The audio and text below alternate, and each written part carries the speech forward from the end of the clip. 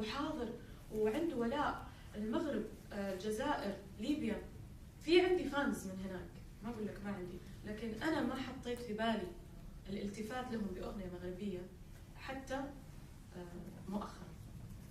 فإذا أنا بس بنتظر فرصة تكون عندي أغنية تليق بأنه أطرحها وتنجح وتوصلني الانتشار، مش أحط أغنية يلا في CD والله أنا غنيت للمغرب. لا، أنا أبغى أسوي أغنية ممكن تصل إلى الجمهور المغربي، لأنه الصراحة جمهور لا يستهان به. سعد مجرد وصلوا للأول عربيا في الحياة والدنيا كلها، لم يصل ولا مطرب عربي لهذه الأرقام.